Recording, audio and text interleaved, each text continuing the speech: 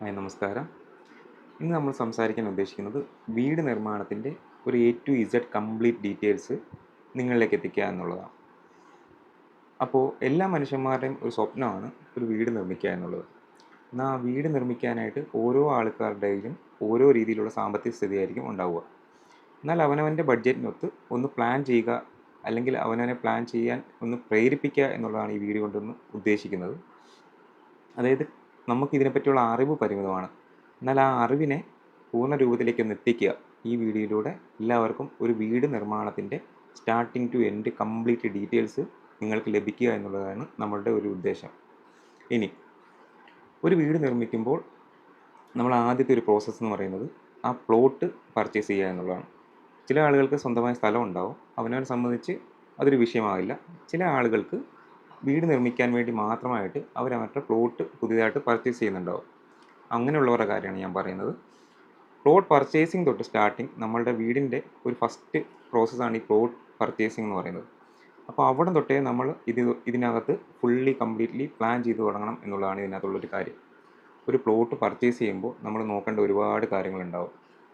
അതായത് അങ്ങോട്ടേക്കുള്ള ട്രാൻസ്പോർട്ടേഷൻ, അതായത് ഒരു വീടിൻ്റെ കോസ്റ്റിനെ വല്ലാത്ത രീതിയിൽ എഫക്റ്റ് ചെയ്യുന്ന ഒരു സംഭവമാണ് ആ പ്ലോട്ടിലേക്കുള്ള ട്രാൻസ്പോർട്ടേഷൻ എത്രത്തോളം പ്രായോഗികമാണ് എന്നുള്ളത്.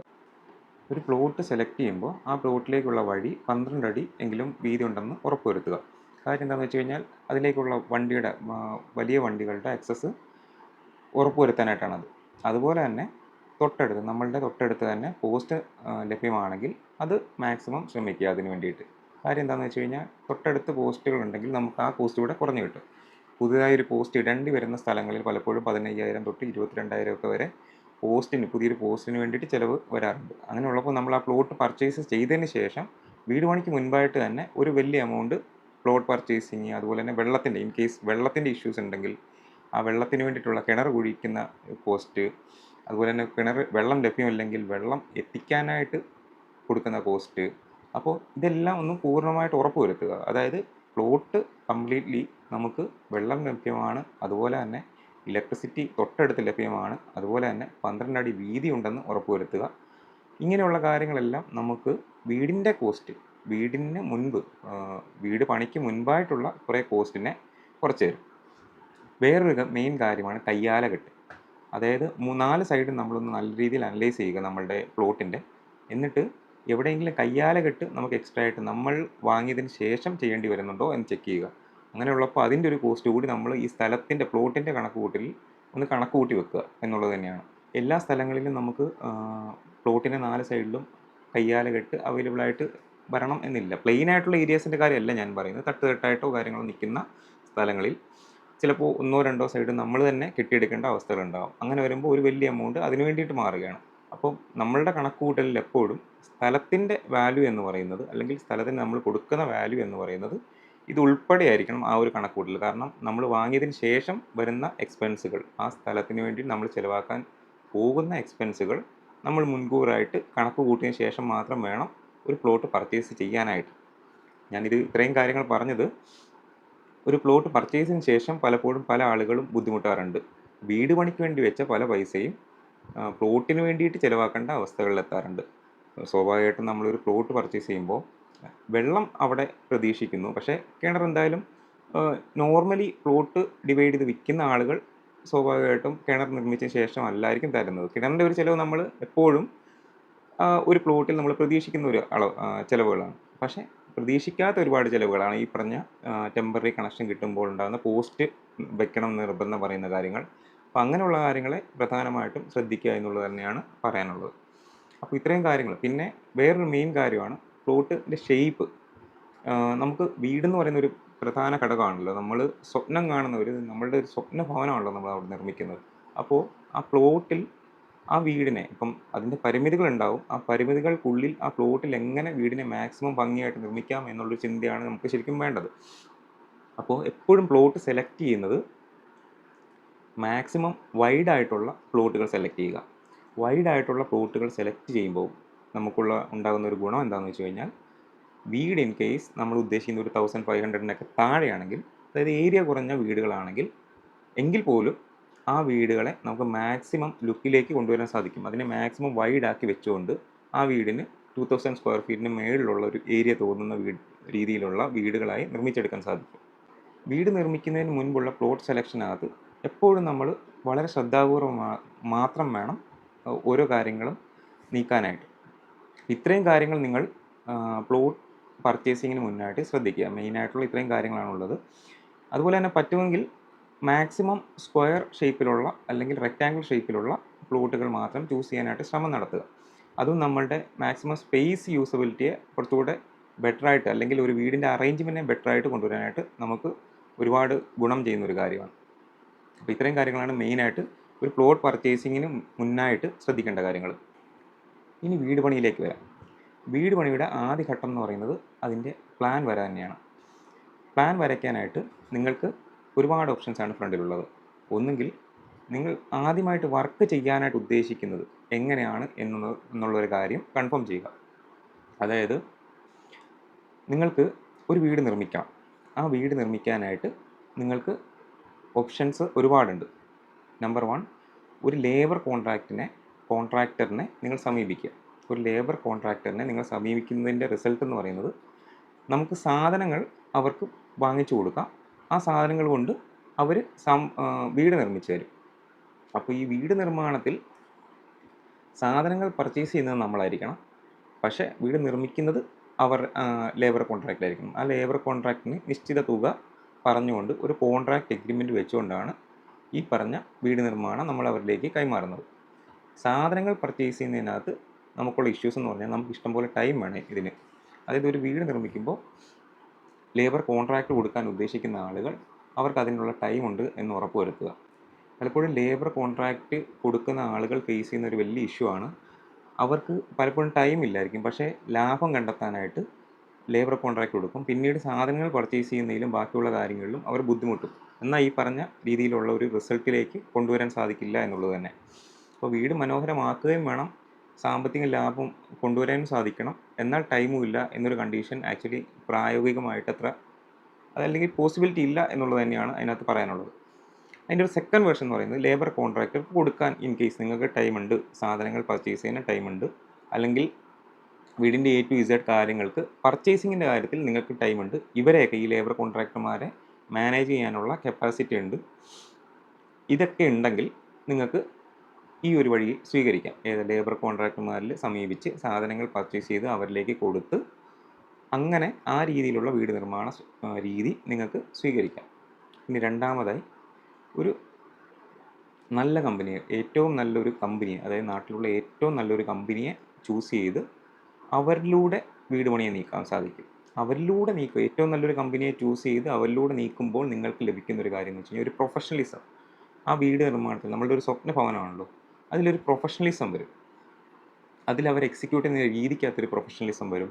അതുപോലെ സാധനങ്ങളുടെ പർച്ചേസിങ്ങിൽ, അതുപോലെ സാധനങ്ങൾ ഓരോന്നും യൂസ് ചെയ്യുന്നതിൽ, അതുപോലെ പണിക്കാർ, സ്കിൽഡ് ലേബേഴ്സിൽ, അങ്ങനെയുള്ള ഒരുപാട് കാര്യങ്ങളിൽ നമുക്കൊരു പ്രൊഫഷണലിസം വരും. അപ്പോൾ വീടിൻ്റെ നിർമ്മാണത്തിൽ മന്ദഗതിയിൽ അത് ചലിക്കില്ല. അതുപോലെ തന്നെ അതിൻ്റെ സ്പീഡ് മാക്സിമം സ്പീഡിൽ തന്നെ കൊണ്ടുവരാൻ സാധിക്കും. ഏതൊക്കെ ടൈമിൽ ഗ്യാപ്പ് വരുന്നു ആ ഗ്യാപ്പിലൊക്കെ അവർ പ്ലാൻ ചെയ്ത് കൃത്യമായിട്ട് പണിക്കാരെ നിർത്തി അതിനനുസരിച്ച് കാര്യങ്ങൾ നീക്കാനുള്ള ഒരു കപ്പാസിറ്റി അവർക്കുണ്ടാവും. അപ്പോൾ ഇതിനകത്തുള്ള ഒരു നെഗറ്റീവ് എന്താണെന്ന് ചോദിച്ചു കഴിഞ്ഞാൽ, കമ്പാരിറ്റീവ്ലി ഒരു ലേബർ കോൺട്രാക്റ്റിനെ ഏൽപ്പിക്കുന്ന എമൗണ്ട്, അവരെ വെച്ച് നമ്മൾ ചെയ്യുമ്പോൾ എമൗണ്ട് എത്രയാകുന്നു അതിനേക്കാൾ അല്പം എന്നല്ല, ഒരു വലിയ കമ്പനിയെ സമീപിക്കുന്നതെങ്കിൽ സ്വാഭാവികമായിട്ടും ഒരു നല്ല എമൗണ്ടിൻ്റെ വ്യത്യാസം വീട് പണിയിൽ വരും എന്നുള്ളത് തന്നെയാണ് സത്യം. ഇനി മൂന്നാമതൊരു ഓപ്ഷൻ എന്ന് പറഞ്ഞു കഴിഞ്ഞാൽ, സ്റ്റാർട്ടപ്പ് കമ്പനികളുണ്ട്. ഒരു 4-5 വർഷം മാത്രം പഴക്കമുള്ള, അല്ലെങ്കിൽ ഫീൽഡിൽ നിൽക്കുന്ന, എന്നാൽ പ്രൊഫഷണലിസം ഒരേപോലെ കൊണ്ടുവരാൻ സാധിക്കുകയും ചെയ്യും, അതോടൊപ്പം തന്നെ സാമ്പത്തികപരമായിട്ട് കുഴപ്പമില്ലാത്തൊരു റേറ്റിൽ ചെയ്യാൻ സാധിക്കുന്ന കമ്പനികളുണ്ട്. അങ്ങനെയുള്ള കമ്പനികളാണ് മാക്സിമം ചൂസ് ചെയ്യണം എന്നുള്ളതാണ് എൻ്റെ ഒരു അഭിപ്രായം. കാര്യം എന്താണെന്ന് വെച്ച് കഴിഞ്ഞാൽ, അങ്ങനെയുള്ള കമ്പനികളെ സമീപിക്കുമ്പോൾ നിങ്ങളുടെ ഗുണം എന്ന് വെച്ച് കഴിഞ്ഞാൽ, സാമ്പത്തികം നമ്മളുടെ ആ ഒരു ലെവലിൽ നിർത്താനും സാധിക്കും, എന്നാൽ ചെയ്യുന്ന വർക്കിൽ ഒരു പ്രൊഫഷണലിസവും ഐഡിയാസും അവർക്ക് കൊണ്ടുവരാൻ സാധിക്കും എന്നുള്ളതാണ്. അവരെ സംബന്ധിച്ച് അവർ ഇത്ര കാലങ്ങൾക്കുള്ളിൽ, അല്ലെങ്കിൽ ഒരു ന്യൂ ജെന്നാണ്, അവർക്ക് കൊണ്ടുവരാൻ സാധിക്കുന്ന പുതിയ ഐഡിയാസ് ഉണ്ട്. അത് നമ്മളുടെ വീട് പണിയിൽ ഒരുപാട് ഗുണപ്പെടും എന്നുള്ളത് തന്നെയാണ് പറയാനുള്ളത്. അപ്പോൾ അതുകൊണ്ട് തന്നെ ഈ 3 ഓപ്ഷനിൽ ബെറ്ററായിട്ട് എനിക്ക് പറയാനുള്ളത്, ഏറ്റവും നല്ല ഒരു കമ്പനി എന്നുള്ളത് സെലക്ട് ചെയ്യുമ്പോൾ നമുക്കുണ്ടാകുന്ന സാമ്പത്തിക നഷ്ടത്തേക്കാൾ ഒരു മീഡിയം റേഞ്ചിൽ ഒരു 5 6 വർഷം പഴക്കം ഒരു എസ്റ്റാബ്ലിഷ് ചെയ്ത് വരുന്ന പുതിയ കമ്പനികളെ കുറച്ചുകൂടെ പ്രൊമോട്ട് ചെയ്ത് അവരുടെ സപ്പോർട്ടോടുകൂടി നല്ലൊരു റേറ്റിൽ അവരെ വർക്ക് ചെയ്യിപ്പിക്കുക എന്നുള്ളത് തന്നെയാണ് പറയാനുള്ളത്.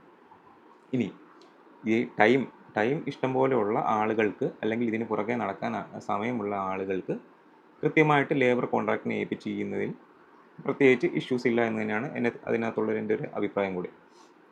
ഇനി ബഡ്ജറ്റ് വൈസ് നിങ്ങൾക്ക് ഇഷ്യൂ ഇല്ല, അതോടൊപ്പം സാമ്പത്തികം നമുക്ക് ഇഷ്യൂ ഇല്ല. But at the end work പക്കയായിരിക്കണം അല്ലെങ്കിൽ പെർഫെക്റ്റ് ആയിരിക്കണം എന്ന് കണ്ടീഷനുള്ള ആളുകൾക്ക് സ്വാഭാവികമായിട്ടും നല്ലൊരു കമ്പനി, ഏറ്റവും നല്ലൊരു കമ്പനിയെ തന്നെ നാട്ടിലെ സെലക്ട് ചെയ്ത് പറ്റുന്നതും അടുത്തുള്ള കമ്പനികളെ ചൂസ് ചെയ്യുക എന്നുള്ളത്. കാര്യം എന്ത് കാര്യങ്ങളുണ്ടെങ്കിലും, സർവീസ് ഉണ്ടെങ്കിലും, സ്വാഭാവികമായിട്ടും വീട് പണിക്ക് ശേഷം സർവീസും കാര്യങ്ങളൊക്കെ വരേണ്ടതുണ്ട്. ഇഷ്യൂസ് വരാനുണ്ട്, കംപ്ലയിൻറ്റ്സ് വരാൻ സാധ്യതയുണ്ട്. അപ്പോൾ ആ ടൈമിലൊക്കെ വിളിപ്പുറത്തുള്ള ആളുകളെ സ്വീകരിക്കുമ്പോൾ നമുക്ക് കുറച്ചുകൂടെ നടപടി സ്പീഡപ്പായി ഉണ്ടാകും. അതിനപ്പുറം ആളുകളുടെ അഭിപ്രായം സ്വീകരിക്കുക എന്നുള്ളത് തന്നെയാണ് വീട് പണിക്കകത്ത് നിങ്ങളെ ഏൽപ്പിക്കുന്ന ആളുകൾ. അതായത് വീട് പണി ഒരാളിനെ നിങ്ങളെ ഏൽപ്പിക്കുന്നുണ്ടെങ്കിൽ വേറൊരാളുടെ ഇതിനു മുൻപ് അദ്ദേഹം ചെയ്ത വീടുകളുടെ അഭിപ്രായം തേടുക, അല്ലെങ്കിൽ അങ്ങനെയുള്ള ക്ലയൻസിൻ്റെ അഭിപ്രായം തേടുക എന്നുള്ളൊരു മെയിൻ ഒരു ഘടകമാണ്. ആളുകൾ റിവ്യൂ ചെയ്യുന്നതിനനുസരിച്ച് നമ്മൾ ആളുകളെ ചൂസ് ചെയ്യുക. നമ്മളുടെ അടുത്തുള്ള ബന്ധുക്കളോ അല്ലെങ്കിൽ നമ്മൾ നേരത്തെ ചെയ്ത ആ കമ്പനി നേരത്തെ ചെയ്ത വർക്കിൻ്റെ ഓണർ ചെയ്യുന്ന ആ റിവ്യൂവിന് പരിഗണന കൊടുക്കുക എന്നുള്ളത് തന്നെയാണ്. ഇനി വർക്കിൻ്റെ കാര്യത്തിലേക്ക് വരാം. ഇപ്പം നമ്മൾ ഏകദേശം ഏത് സ്റ്റേജിലാണ്, അതായത് നമ്മൾ വീടിൻ്റെ വർക്കിൻ്റെ സ്റ്റാർട്ടിൽ ആരെ ചൂസ് ചെയ്യണം, ഒരു വർക്കറായിട്ട് അല്ലെങ്കിൽ അതിനൊരു കോൺട്രാക്ടറായിട്ട് ആരെ ചൂസ് ചെയ്യണം എന്നുള്ളൊരു കാര്യമാണ് ഇപ്പോൾ നിലവിൽ പറഞ്ഞത്. ഇനി നമ്മളുടെ ഫസ്റ്റ് സ്റ്റേജ് എന്ന് പറയുന്നത് എപ്പോഴും പ്ലാൻ വരെയായിരിക്കും, അറിയാമല്ലോ. അപ്പോൾ പ്ലാൻ വരയിൽ ശ്രദ്ധിക്കേണ്ട ഒരുപാട് കാര്യങ്ങളുണ്ട്. ഒരു വീട് നമ്മൾ നിർമ്മിക്കാൻ ഉദ്ദേശിക്കുന്ന ഫസ്റ്റ് സ്റ്റേജിൽ തന്നെ നമ്മുടെ ബഡ്ജറ്റ് എത്രയാണെന്ന്, നമ്മൾ വീടിന് വേണ്ടിയിട്ട് മാക്സിമം ഇറക്കാൻ ഉദ്ദേശിക്കുന്ന ബഡ്ജറ്റ് എത്രയാണെന്നുള്ളത് കാര്യം കംപ്ലീറ്റ്ലി ഒന്ന് ഫിക്സ് ചെയ്യുക എന്നുള്ളത് തന്നെയാണ്. അത് വീട്ടുകാരും എല്ലാവരുമായിട്ട് ആലോചിച്ച് ഒരു കറക്റ്റ് എമൗണ്ടിൽ ഫിക്സ് ചെയ്യുക.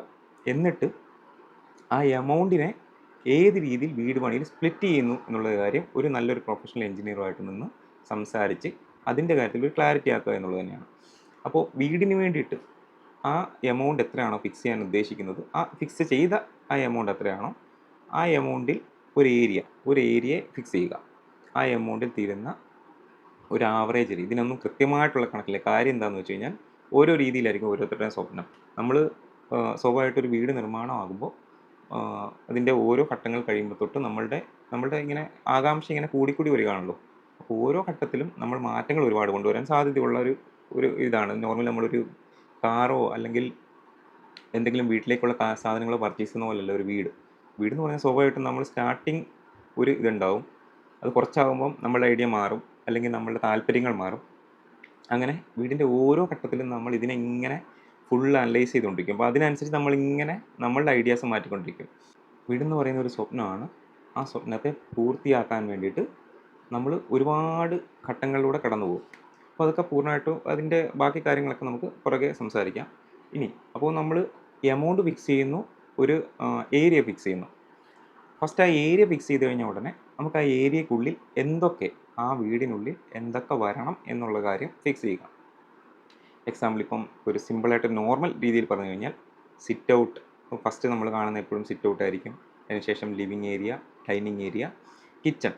ഡൈനിങ് ഏരിയയോട് ചേർന്ന് വേണം കിച്ചൺ ചെയ്യാനായിട്ട്. ആ കിച്ചൺ എന്ന് പറയുന്നത് എപ്പോഴും ഇപ്പോൾ നിലവിലുള്ള സാഹചര്യം വെച്ചിട്ട് ഓപ്പൺ കിച്ചണാണ് എപ്പോഴും ബെറ്ററായിട്ട് ചൂസ് ചെയ്യാവുന്നത്. അതുപോലെ തന്നെ ബെഡ്റൂമിൻ്റെ എണ്ണം, ബാത്റൂമിൻ്റെ എണ്ണം, ഡൈനിങ്ങിനോട് ചേർന്നൊരു പാഷ്യോ നമുക്ക് കൊടുക്കാം. അതുപോലെ തന്നെ മുകളിലേക്ക് സ്റ്റെയർ കൊടുക്കാം. സ്റ്റെയർ ഇല്ലാതെ താഴെ തന്നെ ഒറ്റ ഗ്രൗണ്ട് ഫ്ലോറിൽ മാത്രം വീട് വേണോ, അതോ ഫസ്റ്റ് ഫ്ലോറിലേക്കും വീട് വേണോ? സ്റ്റെയർ കൊടുക്കുന്നുണ്ടെങ്കിൽ മുകളിൽ എത്ര ബെഡ്റൂം വേണം, അപ്പർ ലിവിങ്ങിന് എത്ര വലിപ്പം വേണം, അപ്പർ ലിവിങ് ചെറുത് മതിയോ, അല്ലെങ്കിൽ ഇങ്ങനെയുള്ള കാര്യങ്ങൾ ആ എൻജിനീയറുമായിട്ട്, നമ്മൾ പ്ലാൻ വരയ്ക്കാൻ ഉദ്ദേശിക്കുന്ന ആ എൻജിനീയറുമായിട്ട് പൂർണ്ണമായിട്ടും ഒന്ന് കമ്മ്യൂണിക്കേറ്റ് ചെയ്യുക എന്നുള്ളത് തന്നെയാണ് മെയിനായിട്ടുള്ള ഘടകം. നമ്മുടെ ആവശ്യങ്ങൾ എന്താണെന്ന് കംപ്ലീറ്റ്ലി നമ്മൾ മൈൻഡിലൊന്ന് സെറ്റ് ചെയ്യുക. അതിനെ കറക്റ്റായിട്ട് തൊട്ടടുത്തുള്ള വരയ്ക്കാൻ ഉദ്ദേശിക്കുന്ന എൻജിനീയറിൻ്റെ അടുത്ത് കമ്മ്യൂണിക്കേറ്റ് ചെയ്യുക. ഇതിലാണ് ഒരു മെയിൻ ഘടകം. നമ്മൾ എത്രത്തോളം പ്ലാനിങ് ചെയ്യുന്നു അത്രത്തോളം ബെറ്ററാക്കി നമുക്ക് നമ്മളുടെ വീടിനെ കൊണ്ടുവരാൻ സാധിക്കും.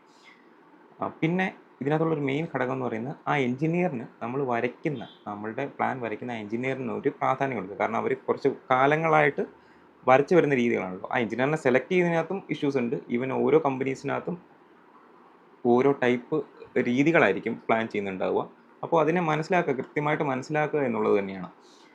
പ്ലാനിങ്ങിലേക്ക് വരാം. നമുക്ക് പ്ലാനിങ് ചെയ്യുമ്പോൾ കൃത്യമായിട്ട് നമ്മളുടെ രീതിക്കൊത്ത് വരുന്ന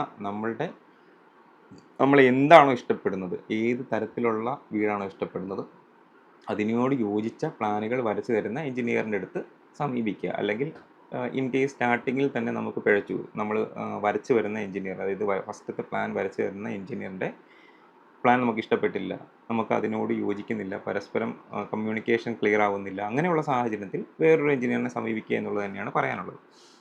ഇനി പ്ലാൻ വരയ്ക്കുന്നു. പ്ലാനിനകത്ത് ഞാൻ പറഞ്ഞ കാര്യങ്ങളെല്ലാം, ഈ പറഞ്ഞ എന്തൊക്കെ വേണം എന്നുള്ളൊരു കാര്യങ്ങൾ ഫിക്സ് ചെയ്യുന്നു, അതെല്ലാം കൃത്യമായിട്ട് കമ്മ്യൂണിക്കേറ്റ് ചെയ്യുന്നു, ആ പ്ലാൻ പൂർത്തീകരിക്കുന്നു. അത് ചിലപ്പോൾ ഒരു ഘട്ടത്തിൽ തന്നെ പൂർണ്ണമാകാം, ആദ്യ ഘട്ടത്തിൽ തന്നെ പൂർണ്ണമായെന്ന് വരാം. ഇൻ കേസ് ചിലപ്പോൾ 1, 2, 3, ചിലപ്പോൾ 10 തവണയാകാം. അറ്റ് ദ എൻഡ് നമ്മളുടെ ഉദ്ദേശം എന്ന് വെച്ച് കഴിഞ്ഞാൽ നമ്മൾ എന്താണോ ഉദ്ദേശിച്ചത്, അല്ലെങ്കിൽ നമ്മൾ എന്താണോ സ്വപ്നം കണ്ടത്, അതിനെ വെല്ലാൻ സാധിക്കുന്ന ഒരു പ്ലാൻ നമുക്ക് ലഭിക്കുക എന്നുള്ളതാണ്. അതിന് എത്രത്തോളം കമ്മ്യൂണിക്കേറ്റ് ചെയ്യുക, അത്രത്തോളം സഹകരിക്കുക. അങ്ങനെ സഹകരിച്ച് ഫസ്റ്റ് പ്ലാൻ എവിടെ റെഡിയാകുന്നോ അവിടെ തന്നെ ലോക്ക് ചെയ്യുക. ഫസ്റ്റ് പ്ലാൻ റെഡിയാവുന്ന, നമുക്ക് ഇഷ്ടപ്പെട്ട ഒരു ആദ്യത്തെ പ്ലാൻ റെഡിയാവുന്നുണ്ടോ അവിടെ അങ്ങ് ലോക്ക് ചെയ്യുക. ആ പരിപാടി നമുക്കവിടെ കംപ്ലീറ്റ് ആയി. പ്ലാൻ അപ്പോൾ സെറ്റായി. അപ്പോൾ ആദ്യ ഘട്ടം, നമ്മളുടെ ഒരു മെയിൻ ഘടകം അല്ലെങ്കിൽ മെയിൻ ഘട്ടം കഴിഞ്ഞു എന്നുള്ളതാണ് പറയാനുള്ളത്. പ്ലാൻ്റെ സെക്ഷൻ കഴിയുന്നതോടുകൂടി നമ്മളുടെ വീടിൻ്റെ പണിയുടെ ആദ്യ ഘട്ടം പൂർത്തീകരിച്ചു.